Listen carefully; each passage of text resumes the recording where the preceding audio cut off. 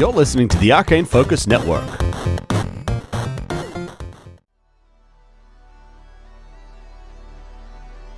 Previously on Star Raiders. I can't believe you've killed a character. Tom, my God. 17 points of piercing damage to Brandon. Okay, so he loses another resolve point. He's down to zero. Oh, he's Zero dead. resolve Oh points. no! It didn't He's matter. dead. Oh my god. Oh my gosh! Yeah, are we fucked now? Like, We Are we are fucked. No. I've gotten through situations like this before. We can do it again. At the very least, we need something that we can send ahead. what do you need to replace Bantam? I think that's our first objective. Okay, so you use the map, you find a workshop, and you start heading there. To mechanically rebuild a drone from the ground up takes a full 24 hours. You guys keep an eye out. I need to focus.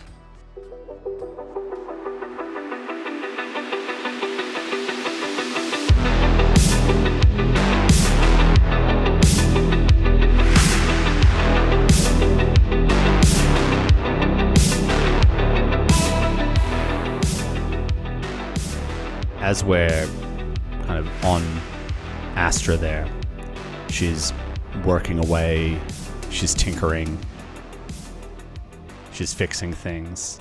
We pull in closer and closer to her face and, gritting her teeth and just kind of furiously like taping things together, moving them, and we go closer and closer, kind of past the strands of her black hair that's hanging down in front of her face and closer into her eye, and we disappear into darkness,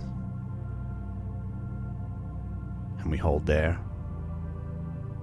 But then slowly, as light starts to come into the picture, we see that we're moving through a tight passageway inside the guts of a starship. And we hear a name echo through this passage. Astra. We glide past cables, pipes, switches, all seemingly held together with little more than ion tape and positive thoughts. Astra. Past dials, digital readouts that flare and change, emitting small beeps and buzzes. As we reach the end of the tunnel, we turn 180 degrees to face the open end and see a man crouched, peering inside. He's in his late 30s, jet black hair, very strong features. Think to yourselves, John Hamm. He's got a strong voice, but it's calm, reassuring, and he speaks again. Astra, please come out. No. I told you I'm not coming. The man sighs and sits down next to the access passageway with his back against the wall. He gently bites his lip as he begins to think and glances around the room. Then he turns his head sidelong to face the passage. There a lot to fix in there today? And there's a pause, and then a meek voice responds. Yeah, the microfilament drive plates are out of alignment again. Oh. Really? He speaks playfully, almost knowingly. Could have sworn you fixed those last week, and you said that'd be good for 6 more jumps. And then, with only silence as his response, a smirk tugs at the corner of his mouth. Come on, Goose. Come out here. Talk to me. And we hear hesitant footfalls echo through the passage, and then we see emerging from the darkness Astra Dorkin, no more than 15 years old. She's gangly, as teenagers are, has a pair of goggles on her head, flanked by the messy bun of jet black hair. And she wears these junky old overalls that bear a very clearly homemade patch that says Astra, and below it, Mechanic. And she ventures no further than the mouth of the passageway, and she just settles there, hugging her knees, chin resting on them. And the man eventually turns his head to glance at her sitting next to him before looking out at the room once more, thinking, well, she's not totally out, but it's probably the best he's gonna get. I know you're upset about your birthday, Goose, but you know we had to take the job. You said we could stay with the fleet until after my party. I know. I'm sorry, but your mother managed to line up a client that was going to keep this bird in the sky for quite a while. I don't care. You don't care about the ship? No, I don't care about the client. That may be, but we need to make a living, Goose. We're trying to make it up to you with this holiday. And come on, it's not every day you get to see a newly terraformed planet. And hey, I've heard they even have pink elephants down there. Astra just rests her head on her knees again and offers no response. Her father grimaces and nods his head. Oh, okay. He stands up. Well, just make sure you patch up the portside power couplings while we're gone. I could hear him buzzing on my way down here. And then he pauses for a moment and gestures over to a powered-down drone in the corner. But you know, I'm sure Bantam could take care of you if you change your mind. We're leaving in an hour. And he lingers for a moment, perhaps hoping that she'll say something. But she just continues to stare forward, avoiding eye contact. And as he turns away and walks out of the room, though, her eyes do follow him out. Days later, we see Astra's legs sticking out from a hatch under a computer console on the bridge, and Bantam's perched just near her, and she sticks out one of these gangly arms. Hand me the splitter wrench. Blip, blip. Bantam gives a happy beep, and a manipulator arm extends and grabs the tool, and then he places it in her hand, and she kind of feels for it for a moment and then grasps it, but without even seeing it, she says, No. The 7 gauge. What are you trying to do? Short circuit the ship? a sassy beep comes in response as he hands the new one. I don't need your... Astra's interrupted by a beeping sound. Beep, beep, beep, beep, beep, beep, beep, beep, beep, beep, beep, beep. There's a flashing light on the main desk. A communication is incoming. She hikes herself out of the hole and wipes her hands on her overalls, and as she plonks herself down in the pilot's seat, it spins around. Then she coolly catches herself after completing a full rotation, presses the button to answer. She leans back, arms behind her head, and props her feet up on the console. This is Astra Dorkin of the Rooster. How can I help you on this fine day? An official-looking man appears on the view screen, but his expression is solemn. Miss Dorkin, this is Sergeant Miller from the Colony Protectorate. I'm afraid I have some bad news. And we don't hear the rest of the conversation as the man begins to speak slowly and hesitantly with a pained expression. Astra sits up and furrows her brow, and she looks right at him. She says something, asking for clarification, perhaps. And a response comes, and she softly mutters something and shakes her head. The man bows his head slightly and nods. Astra's eyes begin to well up, and her gaze slowly drifts up to the viewport, where the biodomes of a newly terraformed planet are visible, bulging off the surface. Our focus shifts, and we see a hollow photo of Astra and her parents kind of perched on the edge of the viewport. Astra's expression is helpless and empty, yet her pained eyes seem to stare straight through us as we stay fixed on her face again. As she gets a little bit older and the years go by, we see overlaid, almost in slow motion, a contract stamped cancelled, clients apologizing and taking their business elsewhere, overdue bills and payment demand notices piling up, electronics on the ship sparking and smoking as they begin to fail, a deal being made and a handful of credits given as the rooster is scrapped, and then freighter after freighter after freighter after freighter, never really finding a place. And then finally we see her in a small, dingy office, and a voice echoes out. Astra? Astra? Miss Dawkin? Astra shakes her head and pops on a smile. Yes, sorry. What did you say the ship was called? We now see Astra in her familiar Edge Corp overalls, with a duffel bag slung over her shoulder and Bantam click-clacking along behind her. Tick, tick, tick, tick, tick, tick, tick, tick. And as she reaches a ship, she stops and looks up at it, taking it all in. As her gaze is pulled higher and higher, she is drawn back down to the sound of footsteps, softly clanking down the ramp. And a Yosoki in a brown trench coat stands there with a friendly grin. Oh, lassie, you must be Astra. Welcome aboard the pig.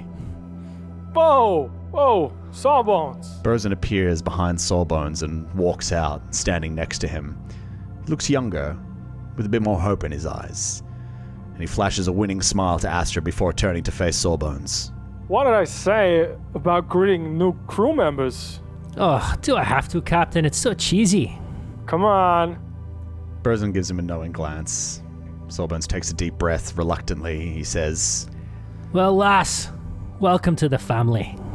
Hey! a smile tugs at Astra's lips. She reaches up and clasps the butterfly pendant around her neck. Quietly she says to herself, Fortune favors the bold. She takes a deep breath and walks forward.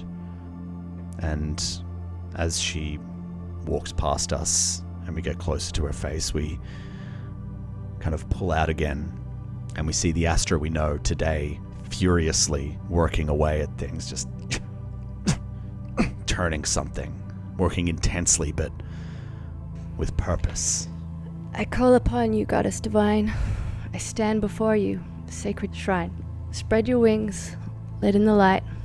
I pray you'll help me do what's right. Help me steer me from what is wrong, and any evils for which I long. Help me live out every day according to your righteous ways. Let your voice ring loud and clear to comfort me through all my fears. And when at times my faith is weak, in you, my goddess, please let me seek. I call upon you, Goddess Divine. I stand before your sacred shrine. And I step back. And I've finished working on my new robot.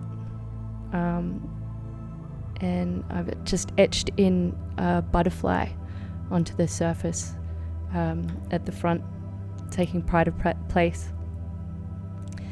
The Bantam's name is no longer. The Bantam is now known as the Banshee. Oh! And there's been a few modifications made. The Banshee is definitely kitted up for defense. He has giant guns, which is lovely. And I was hoping Nice. that we could add a little something extra as a bit of a token gesture for our missing Tiny. I'd love to be able to install some sort of like a flamethrower thing that comes on cue when I say a catchphrase. Hopefully I can say Alakazam and he can fry our oncoming assaultees. That's my hope. That's a little... Very on brand. It's like a code word, is Yeah. it? like a trigger Yeah, word. that's exactly right. Anyone in our group can say it, and hopefully, if DM agrees, we can have him flamethrow away. It's our little tribute. Fiery tribute. Going for a real Ripley, Swiss Army knife sort of gun combo, eh? That's what I was hoping for. Yeah. So usually the flame throwing weapons in Starfinder are heavy weapons. And I was like, oh, they're heavy. They must do like pretty crazy damage. And you know what? They don't. They do a nice amount of damage. And whilst Bantam doesn't have heavy weapon proficiency, Murray came to me with this, and I was like, that's fucking bowler. This has to happen. And so we can say that, in all of this, maybe there's like a little old 2-stroke motor or something like that you pulled off something, and then you kind of just like jury rigged to Bantam, along with pull off the nozzle of an air pressure hose thing so that it can shoot out flame, something like that.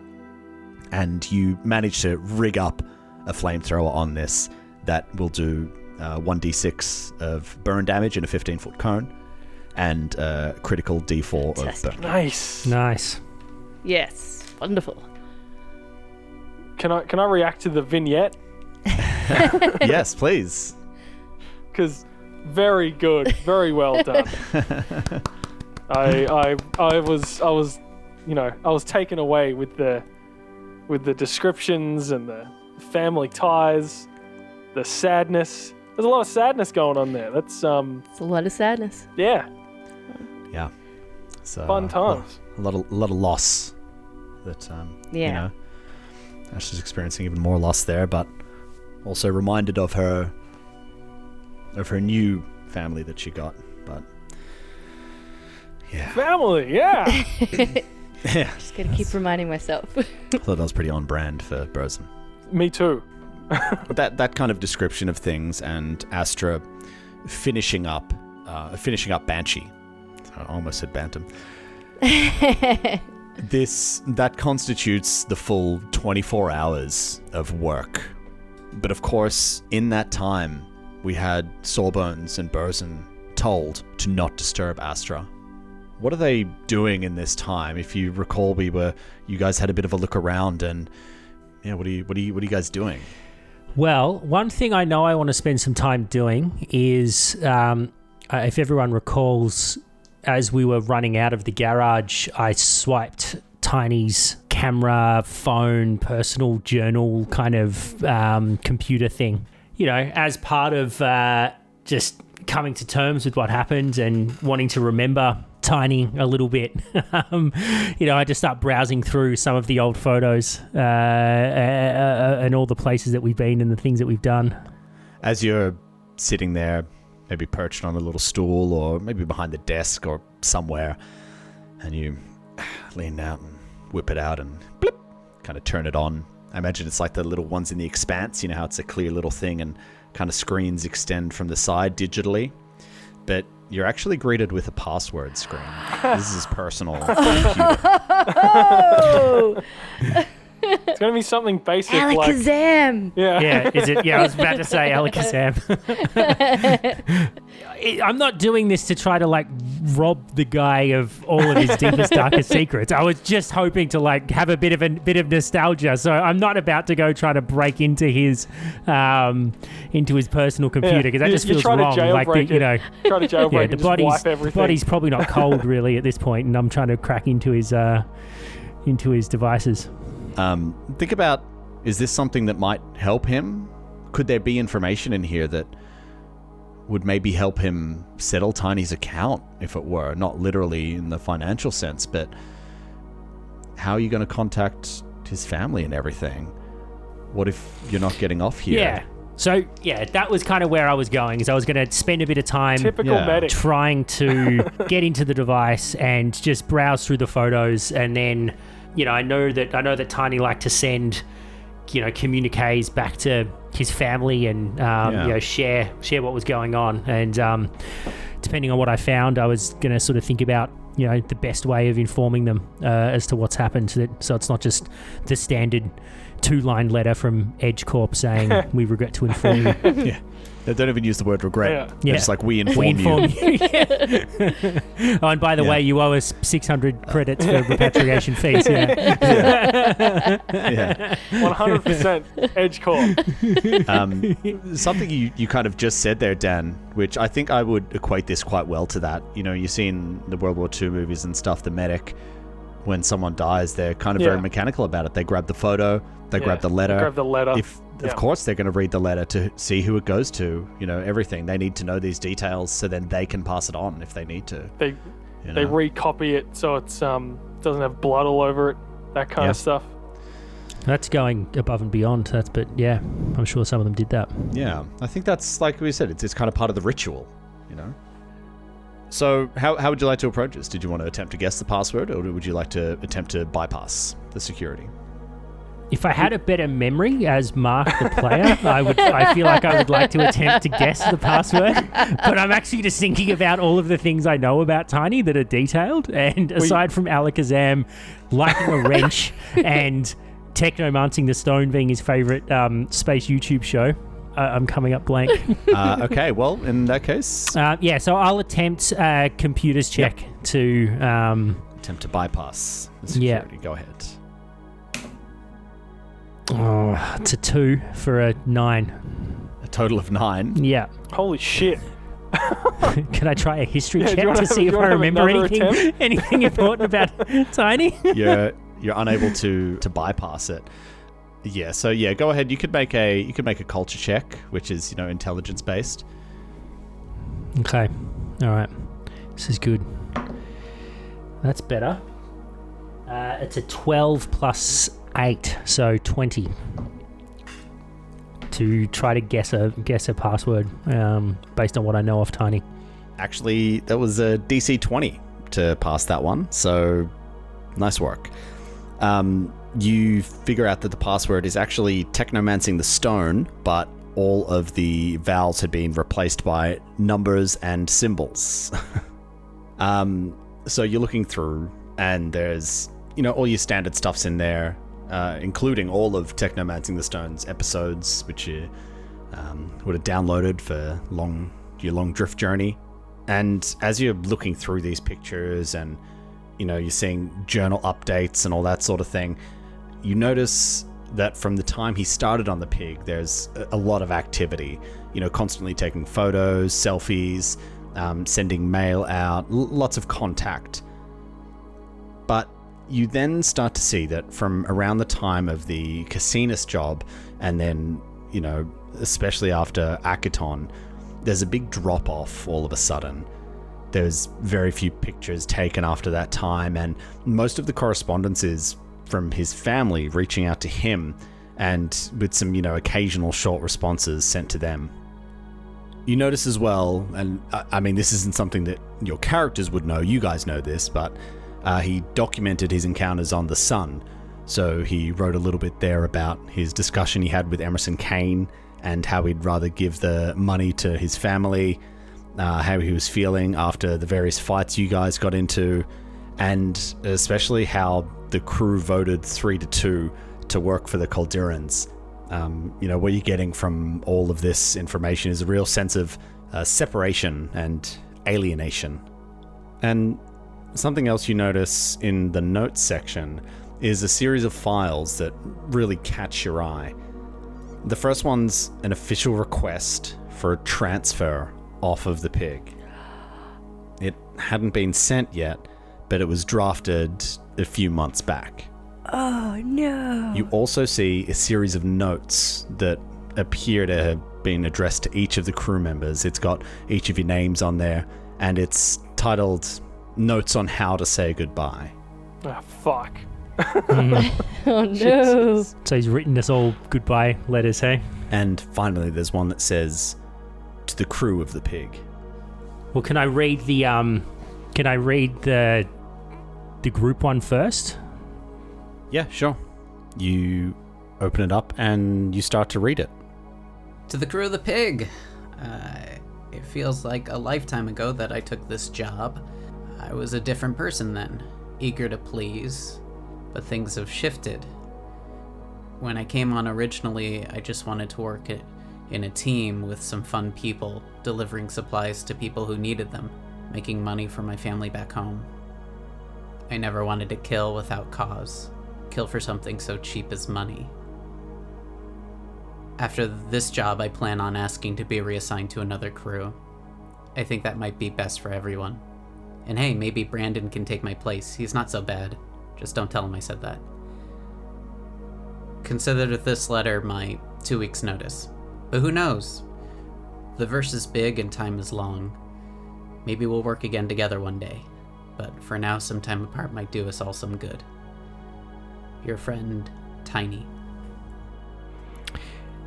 Sawbones is obviously reading this to himself, and for the first time since the incident that where we lost Tiny and Brandon, he actually let the emotion of the situation wash over him, and he sort of like loses the ability to speak. He chokes up, just has to put the pad down for a minute while he realizes what he's reading and kind of what Tiny's intentions were here, and reflects on the fact that even though Tiny knew he was out when push came to shove, on this planet, and through all the hardship that we had, and even right at the end, Tiny was behaving like a full committed part of the crew and continuing to be selfless.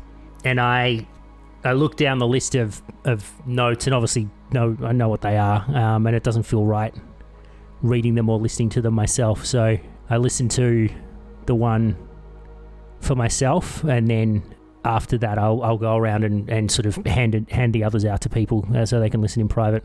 Sure. Sawbones. I've always respected you, my Yosoki friend. You are who you say you are. Always have been, always will be. We didn't always agree on the methods for dealing with our problems, but I always knew where we stood when we were together. I'll miss the time we spent on the pig, talking in Yosoki, like being around family. And though I'm leaving the ship, please remember that if you ever need someone to test a new experimental drug on, call me and I'll be there. Just try not to stir up trouble for fun while I'm away, if you can. And, while Sawbones is doing all of this and going through the computer, I imagine he probably went to his own little corner of this place. Astra's in the back working. What's Burzin doing in this time? Burzin left some food and some water on the bench next to Astra. Yeah. From time to time, over the course of the night, he comes back to see if it's been touched at all. And I'm guessing it hasn't been. Nope. She's absolutely focused on getting Banshee up and running. And he wants to go over and say something, but she was pretty firm when she said, leave me alone, I need to focus on my work. So He's going to respect that. But he's gonna go on the search of this tinkerer's shop to see if he can find something to drink and somewhere to lie down and sleep and reflect, sort of thing. Any self-respecting small business owner keeps a little something in their desk, don't they? That's what he was anticipating. Yes. Some Capaxi hooch. Burzin heads back into that small office. The door creaks as you open. It's a wooden door, apparently, in a very advanced society. In space. Yep. And you see, the smell of death, and it's really dim lighting in there. You see the dried blood. You head around to the other side. You almost have to kind of mosey up next to this guy to open up the desk. Is the guy on a desk chair, like a wheelie desk chair? Yeah, it's like a leather desk chair. Yeah, he just kind of wheels him out of the way. Yeah. Over to the corner and gets into the drawers. Yeah. Sorry. And you start rifling through the drawers, and sure enough, one of the larger drawers down the bottom, it would normally be locked, but there's a key in it. And you pull it open, and there's a very large bottle of hooch in there. Yeah, I'll reach in and pick it up. Are there some glasses in there as well? There's a few glasses in there too. They're looking. One of them is clean, and the other ones are looking quite dusty. This somebody who obviously drinks alone. He takes 3 of them, heads out of this room, back into the break room to sit on the couch that's in there. Yeah. Walks past Astra at the bench, notices again the food and drink hasn't been touched at all. Feels an urge to say something, but again doesn't, and goes and sits in the break room. He pours 3 drinks and picks up the clean one and sits back on the couch. He just starts drinking and thinking, Yeah. kind of staring into the middle distance. Yeah. I'm sure the soundscape of Astra tinkering away is kind of all you can hear. And Sawbones, you finish hearing your message, kind of compose yourself maybe, and start looking around for Burzin. You heard him open up that door and walk out again. You check out the office and you notice that the guy's been wheeled aside and one of the drawers is cracked open. Well, there's only so many places he could be. You walk through and kind of gingerly move past Astra as she's working intently and head around to the break room. And it's in like workshops and stuff like that how they put the cheapest possible door on break rooms, and it's like crappy perspex and that crappy white plastic. Yep. So it's like just the illusion of privacy, but that's what it's got in there. Hollow. Yeah, There's through no the glass. soundproofing in it. Yeah, through the glass, there's kind of ripped up and torn off stickers on there and all that sort of stuff. But you can see Burzin through there, and you see him kind of knock back a drink and kind of stand up and pour himself another and sit back down on the couch. Yeah, I walk in, fairly grim.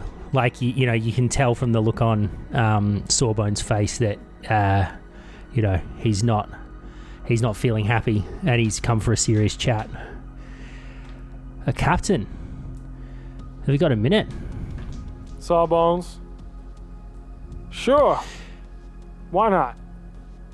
So, listen, you remember I grabbed Tiny's personal computer as we ran out from the zombies? Well, I managed to get into it, and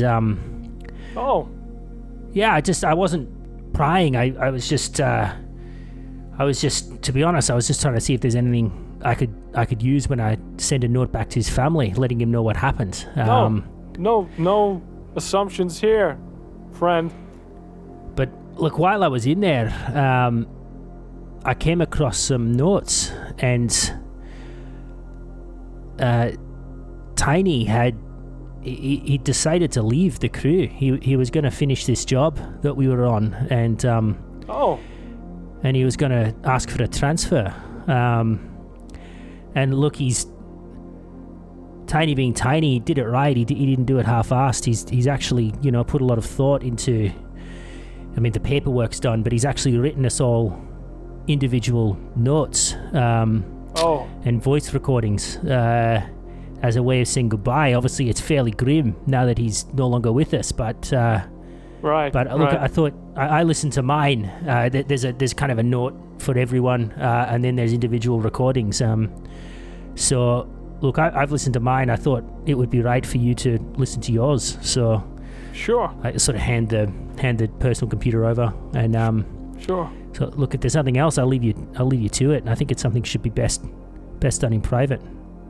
No, well, thank you, Sawbones. And he holds up the bottle. You want a drink? Oh, I need a drink. Great. Grab yourself a glass. I'll pour you one. Yeah, I grab a glass, and I imagine you pour me one, and then I just sort of nod and leave the room. Sure. And he puts the bottle down, picks up the personal computer, and he scrolls past Brandon and looks at Burzin, and he looks at it for a really long time before he does anything. And finally, just his thumb presses down on his name. Captain Burzin, I looked up to you when I first joined. I saw you as a role model, my first captain on a real starship. But now, I don't know anymore. Things have become more and more clear to me that we just see this world differently. I believed and still do believe that no matter what, all life is precious. That we should only kill as a last resort to protect others or ourselves. My deepest regret is that we could never come to terms on this. Nothing ever felt as good as when I thought you believed in me.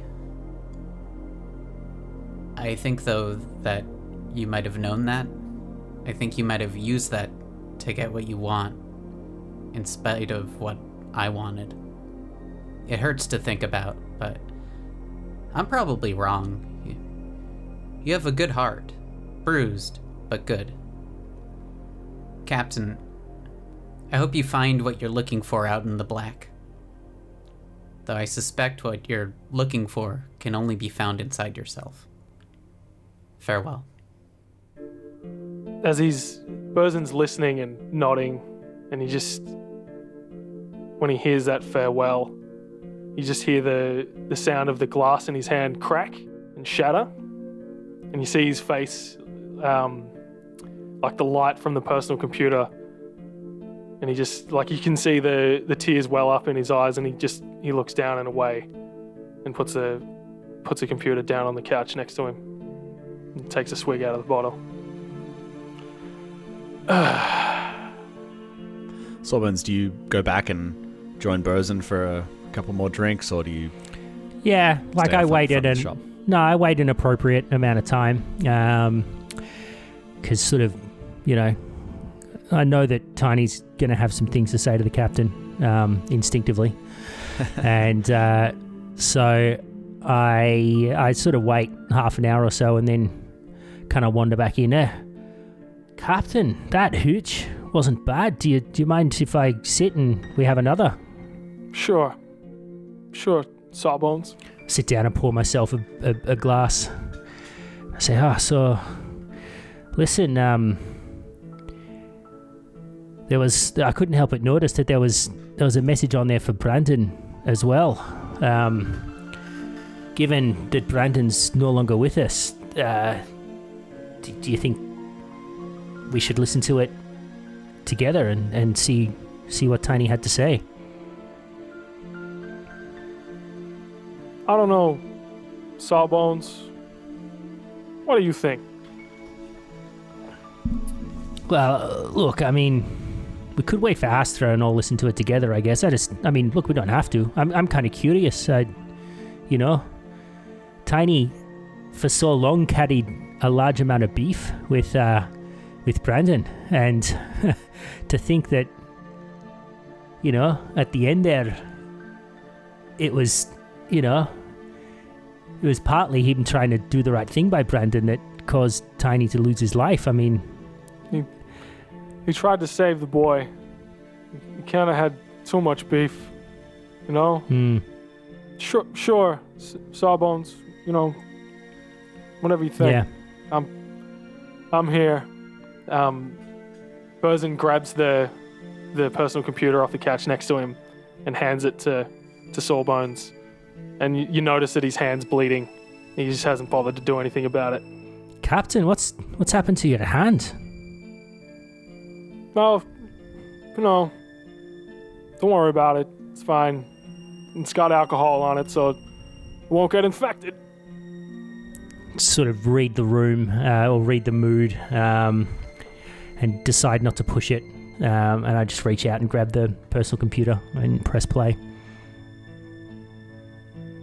Brandon, I honestly don't know what I feel. I don't know what I feel about you. But I think my feelings about you being in our crew were more about me and my place in the crew. So, man, I'm sorry for being a dick to you. You didn't deserve that. No one does. I don't know if I ever said it, but I was impressed with how well you picked up your life after having such a hard... Well, you're a good guy. I bear you no ill will, and hope you feel the same. For my part in everything, I offer you my hand in friendship. I hope I'll see you again. So I sort of put the computer down and turn to Burzen. I'm like, that makes me very happy to hear that even though they're both gone, That was one thing I was really struggling with Tiny, was he was just such an asshole to Brandon for reasons I couldn't really understand. So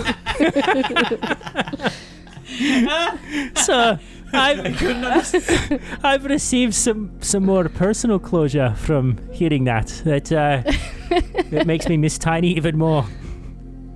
And like Burzen's just like, as soon as you look at him, he like kind of looks away. He's like, yeah. I gotta say I didn't quite understand where he was coming from, but he tried to save him in the end. He was one of the good guys. One of the good guys. He just kind of wipes his nose. Smears blood on his face. Yeah. Yeah. He uses his other hand. You got a mustache. You got a little mustache, Captain. What? Little blood mustache. Who? How far away is Astra from finishing? Like, are we going to sleep and I'm talking to her in the morning? No, or? I've done my little engraving. I've had my prayer. I feel like I'm ready. I can chat. Well, not chat, but you know. You've got your hand up though, so I feel like I should call on you. Just imagine like you've been working for 24 hours. Yep. Focused purely on Banshee. Yep. And then like you step back and you're exhausted, and Sawbones walks up. He's like, Astra, I've got something for you to listen to. And I've got a little fish bar on the end of my bench with a glass of tepid water. Yeah. I almost think that's better that she's exhausted hearing it. Yeah. Yeah. All right. So I walk up tentatively behind Astra because I know she's been deep in the robot work for a day now. But as I sort of get closer, I can see that she's sort of stepped back and is just finished muttering some things to herself. So I walk up and say, "Oh, hey lassie, how are you doing? How's the robot coming along?" Well, it's been a long night, but come and meet her. This is Banshee.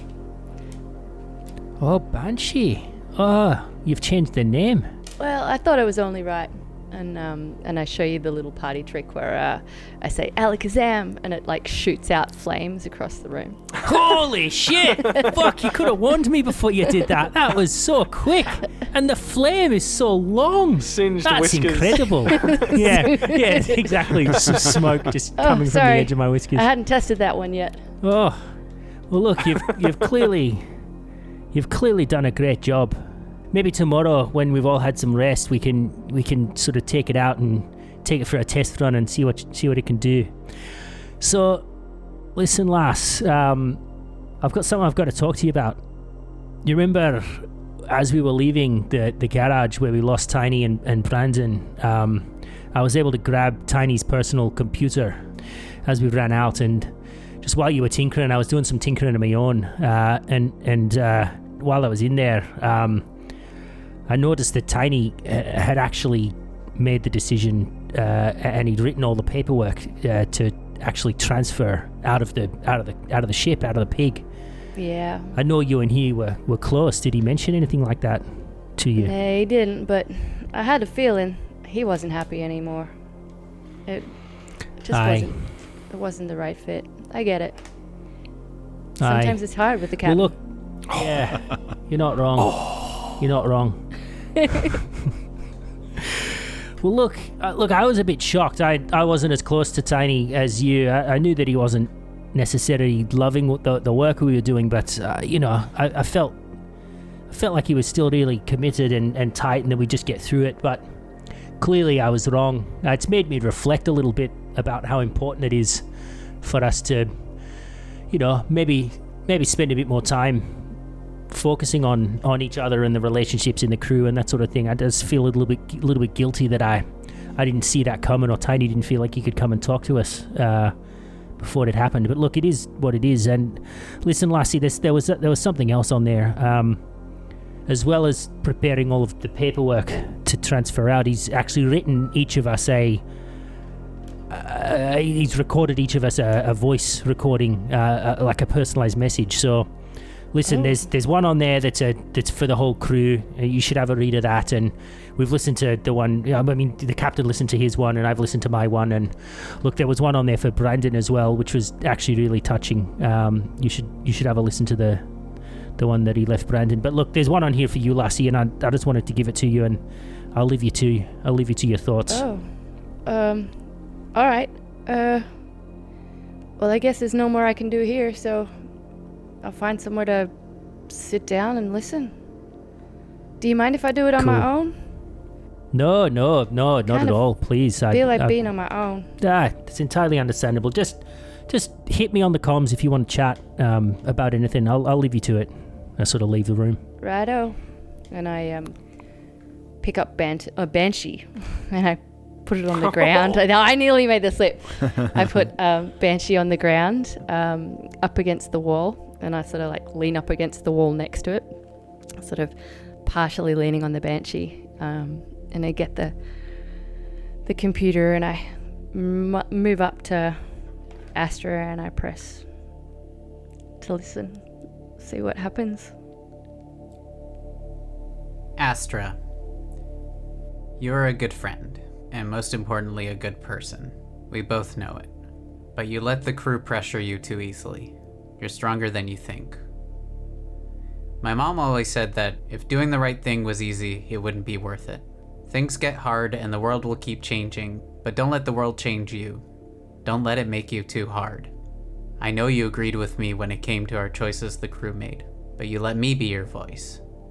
With me gone, you're gonna have to be your own voice. You're strong. Stronger than the rest of the crew for sure. Just never lose your heart. When all else is lost, it's the last thing you can count on. These messages are never enough. I can't say everything I want. I think it'd be too hard. You were the closest friend I had on this ship, and I'm sorry. I'm sorry for leaving. I just hope that you understand that I think it's what's best for me. I hope you can forgive me. But don't be too sad. Remember, I'll only be a phone call away. Give my best to Bantam. Oh, gosh. Goodbye, my friend. Okay, so... Whose idea was this? This is terrible! So Astra's holding the comms in one hand and the pendant in the other, and just rests her head back against the wall and just cries. This just... Fuck, he's on the other end of the phone, hey? Actually, she just pressed play again. She just needs to hear his voice one more time. You don't have to do it again, but she's going to do it again. Just play it again, yeah. You're a good friend.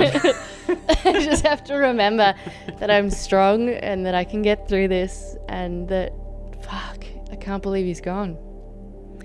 He was literally the best friend I had on this ship and was my voice. And fuck, I'm going to find my own now. That's bringing it home hard. Okay. You just gonna go to sleep now, or like you want to get some rest? What's your plan here? All right, so I finished listening to the recordings and I lean in and I press the comms unit. I'm like, hey Sawbones, are you there? Aye, Lassie. I listened to Tiny and yeah, it's some really heavy shit there. Aye, I mean, it's so crazy to think that we've got these recordings, obviously because he was going to leave the crew. It's it's a real mess. The captain didn't take it that well, so all of us are dealing with it in our own way. Did you listen to Brandon's recording as well? Oh no, I don't think I could do that. No, that's just too much. It's a heavy listen, lass, and we've all had a long few days, so maybe you can just keep a copy of it and listen to it later. It's hard to believe that the two of them used to be at each other's throat. Oh well, I mean, Brandon wasn't at Tiny's throat. Tiny was, constantly at Brandon's throat. But you can hear in the recording at the end that he really, the kid had grown on him, I think, and Tiny was making amends, and it's a lot. I know that you were obviously pretty close to Brandon as well. I know you were close to Tiny, but you were probably closer to Brandon than any of us. You know, how are you coping with it? How are you holding up? Well, I guess for me, the only thing is that at least he got to live some. You know, with us, he got to choose. And I know he didn't have long to do it, but, you know, at least he got to spend some of his life forging his own path. And I think following Desna was the right thing for him. I think it gave him something outside of his colony, and really, in the end of it, he's going to have done something that meant a lot for everyone. You know, if it wasn't for him and what he saw with that mosquito, you know, I don't think we would ever know what we were up against. I just take solace in that at the end, he did the right thing, and you know, I think he's going to be with us all the whole way. Aye, and look, you're spot on. I think if any good can come of this, it's that we stop Calderon in his tracks and we make sure that this never happens to any other planet ever again. And Brandon will have had a huge part in that. Yeah. And Brandon knew, and fortune favors the bold. Well, thanks, Sawbones. Good night. And then, switch off the comms, and I slide down the wall, and I snuggle into Banshee and put my head on it, and just trace the butterfly that I carved into the back as I fall asleep.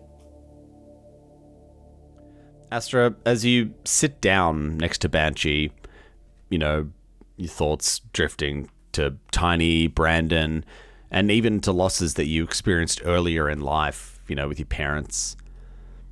You know, maybe you start to think about who's left. And as your hand is there resting on Banshee, you start to feel this warmth. It's strange, but it's not uncomfortable.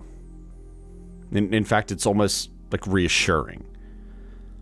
And as you glance over at it, it looks like it's glowing. And you suddenly feel this, like, connection. Not to Banshee, but to something else.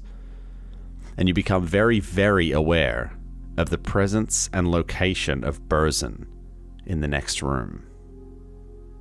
You look over there, but, you know, you can't see him. The door's closed, the lights are off, but you know exactly where he is. He's sitting on the couch, you know, one foot on a chair, snoring, passed out. You can even sense how much alcohol is in his blood. You sure she can't just smell it?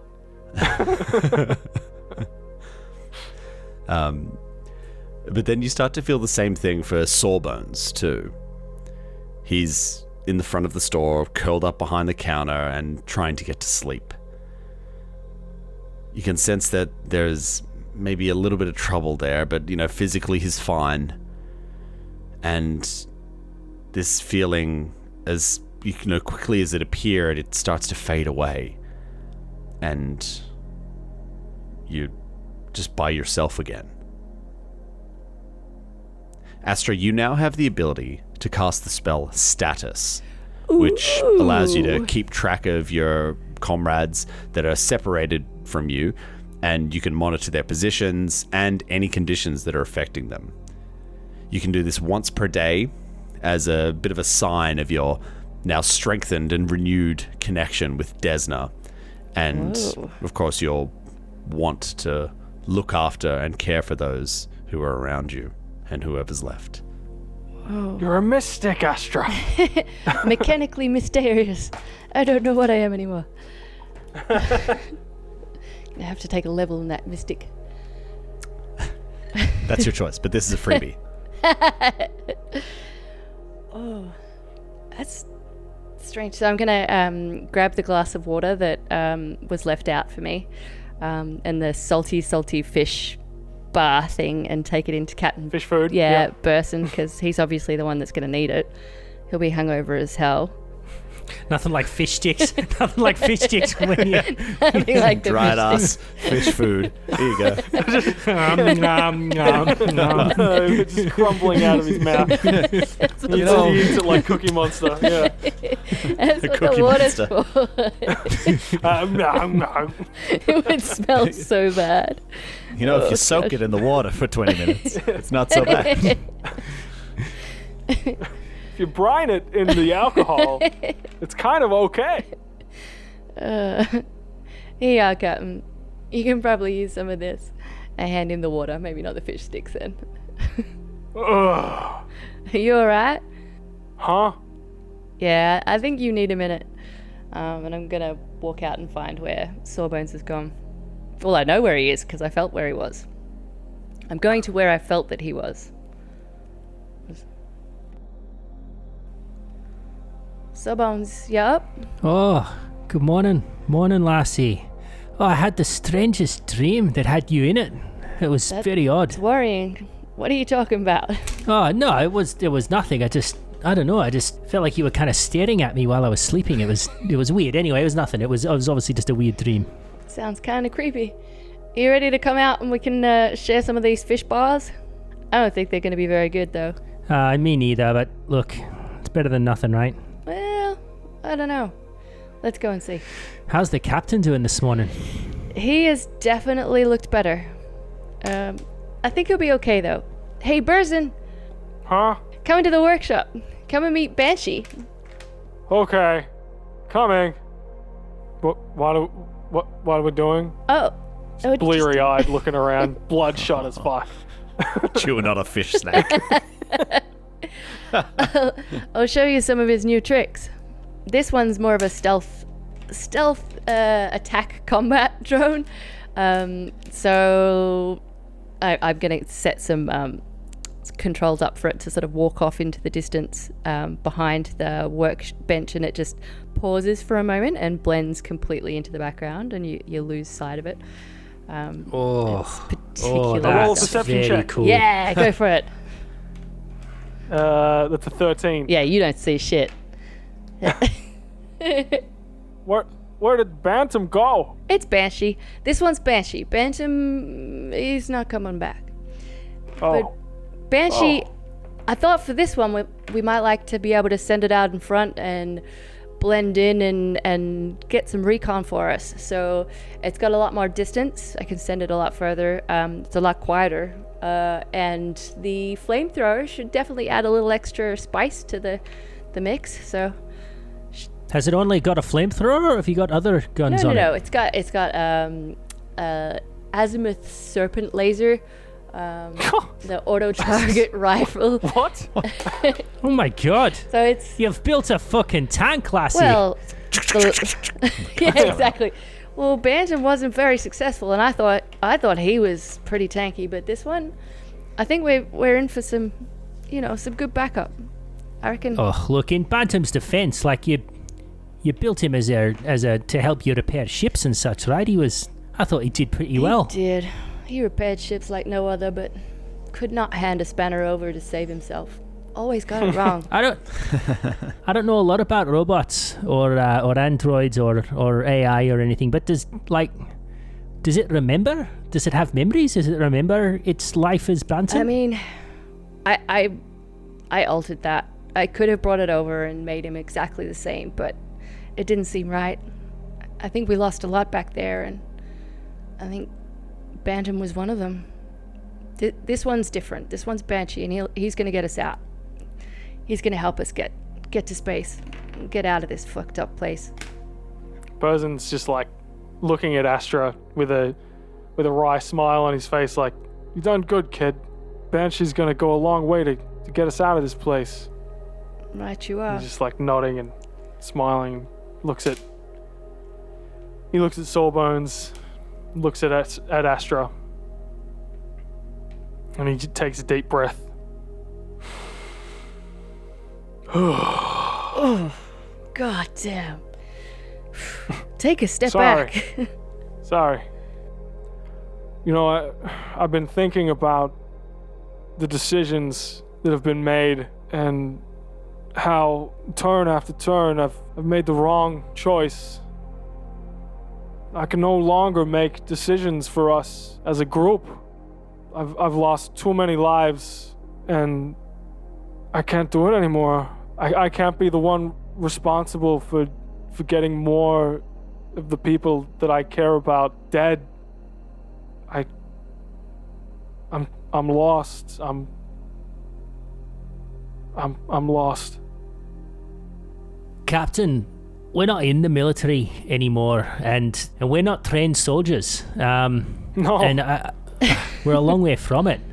I can understand why you're feeling a bit down on yourself, but sometimes decisions need to be made, and I'm always grateful that you've been in a position where you feel confident enough to step up and make them. So I don't fault you or hold you to blame for any of where we ended up, but by the same token, I also think, there's only 3 of us. There's 4.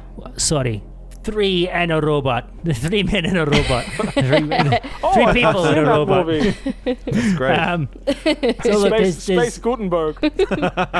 there's only a small group of us, and we're well out of our normal way of operating, and I think it would be best if the 3 of us made decisions together a little bit more. We're not a large troop of soldiers that need a single person to make decisions. We're 3 people who are all in the same lot of shit and all need to rely on each other. So I appreciate the sentiment, and just know that I've got your back, and I know you've got my back, and Astra, the same goes for you, and Banshee can fucking have my back every day of the week with that flamethrower. My goodness. Well, staying quiet hasn't served me well so far, so I mean, Tiny's a wise guy, and he was the one that told me I need to stand up for myself, and this might be the opportunity that I need. I can help you. I can say more. But fuck, there's a lot of zombies. There's like a fuck ton of zombies. You're not wrong. We really need to get a plan and work out where the fuck to go next, because I mean, I like this workshop, but those fish sticks suck. And the breath's still bad. It didn't help you at all. I'm sorry. Seriously, Sawbones, come on, make with the electrolytes. I whip out another biohack and sort of wave my hand over it, and it turns fluorescent purple, like, grape Gatorade. Yeah. And I go to hand it to him as though he's going to drink it, but I instead just mainline it straight into his wrist. And he instantly feels extremely hydrated. Like he starts just dripping with extra hydration. Smelling like on me. So I walk up to the workshop table and pull out my pad and get a holo map. You get a holo map. Project it. Yeah, exactly. Nice. Project the map that we were looking at before. Is it blue so that we or can start to green? plot a course. It's definitely green. Green. Yep. Ooh, Yeah. Fallout style. Yeah. Well, And- can you put the map up in Roll20, Tom? I'm literally looking at it. Go You are? into Messenger. It's like the in last Messenger, thing man. that was We sent. talk so in that much. It's Messenger. not. Right. Okay. Look at the Scroll down a media little section. bit. Yeah. Yeah. There's like 4 instances of that photo. Look, I'm not saying you're wrong. I'm just saying I'm lazy. But still, we're still quite a distance from the spaceport, aren't we? Like, looking at the map, I'm imagining I sort of like, tap a few things on the hologram and sort of I'm measuring the distance from where we are to where we want to go. Yeah, I mean, as the crow flies versus you actually navigating the streets. So Without I mean, a car, you can yeah. eyeball it as like, oh, okay, we're 5, 8, 10 kilometers away from it. Sure, that's all well and good, but no car. City streets. You don't know what's around any corner. we You don't know how far you'd have to detour around anything, any obstacles. If there are any obstacles, could be a straight shot. You don't know. Maybe they've put up a bunch of barricades between everything in the spaceport. Maybe. Who knows? That's what Burzen's thinking. That's the soldier training coming into effect. Yeah. So, I think we need some options, right? So let's just try to get our options out on the table. So one option is obviously we can just, go at ground level, slowly and carefully, and with the added advantage that Banshee will bring by being able to scout ahead. Another option, we could scout the area here and see if we can find a vehicle or, some sort of way of expediting our travel.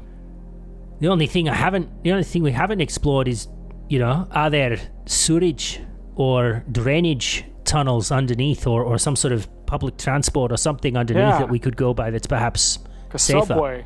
Subway or sky rail or something.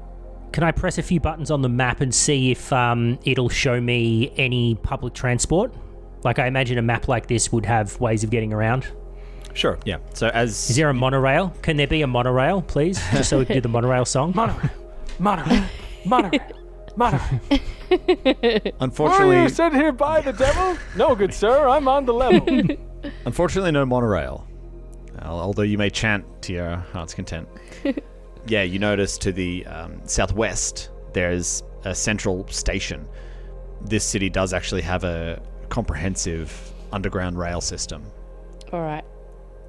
Well, I'm pretty interested in going underground, but I'm hoping that when we get down there might be some sort of service tunnels or something. Because I imagine that there'll still be zombies down there. Highly likely. It's worth checking out, though.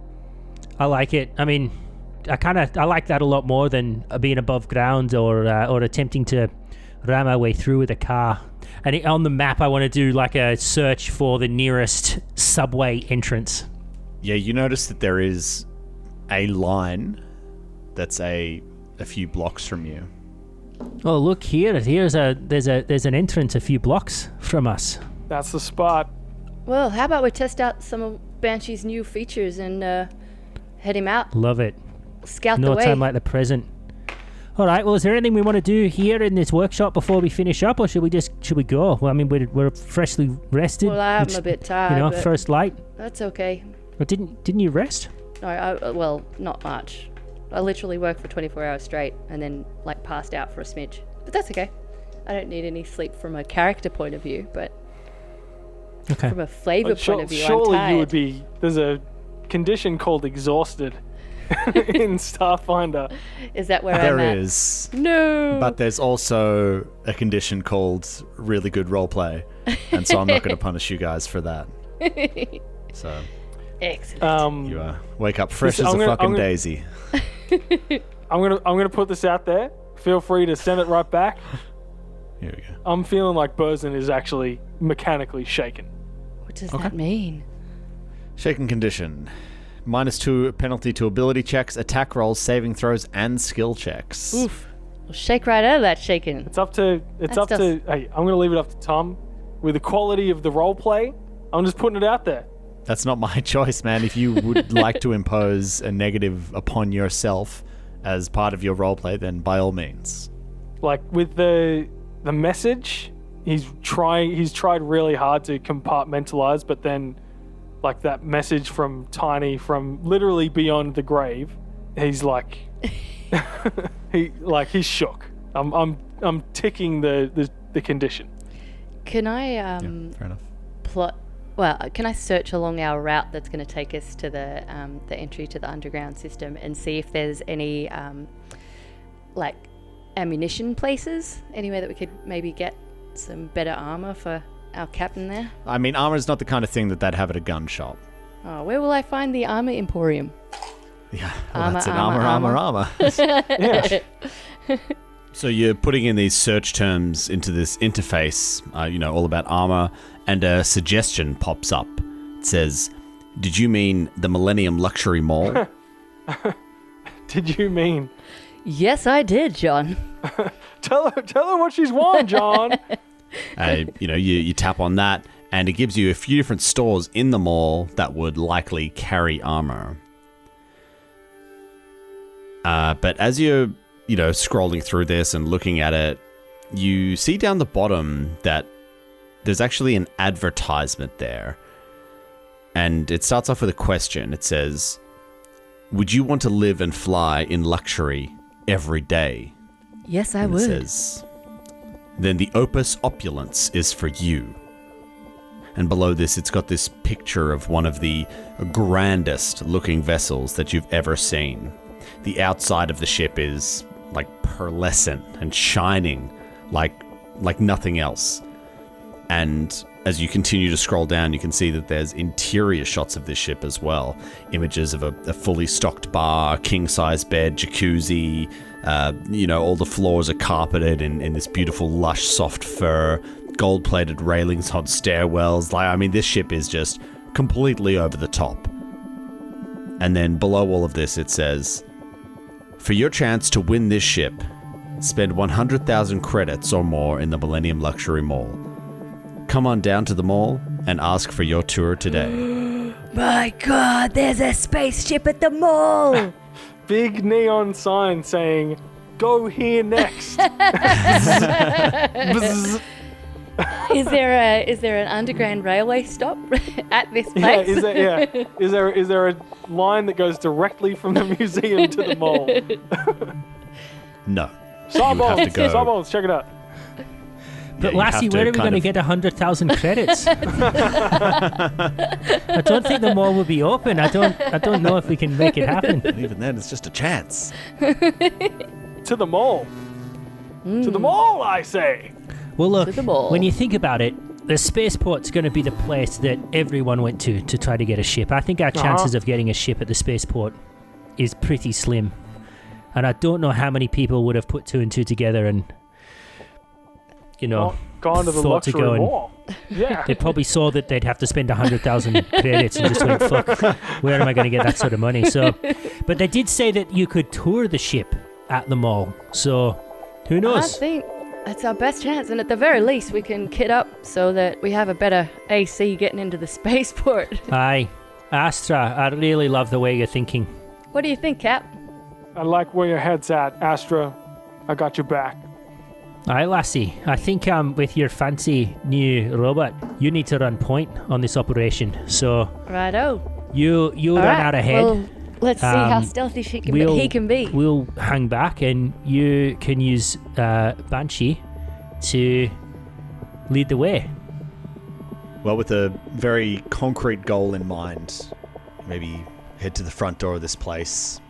It sounds like maybe they've backed off, these zombies. You start taking things away, pulling the shelves away, everything like that. And as the beautiful, bright light of the new morning floods into the room, we'll leave our episode there for today. Yes! That's Exactly what I was saying. Just like the door, in the darkness, the door opens and just the Yeah. golden light pours in. Fuck. Excellent.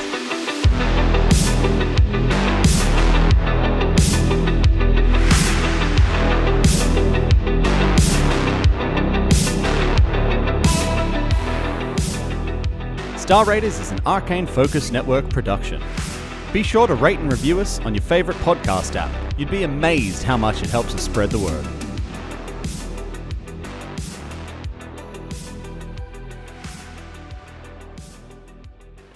Fuck.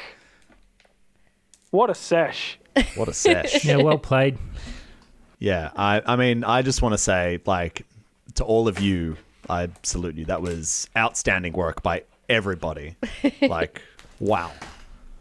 I was fully not expecting you to have a whole situation prepped for the computer when I started tinkering with it. I was like, oh, Tom's eyes just lit up when I said about the computer, and I was like, oh, he's quite excied. Yes. Tom was probably like, how am I going to get this fuckwit to think about the computer? He's probably forgotten he's picked it up.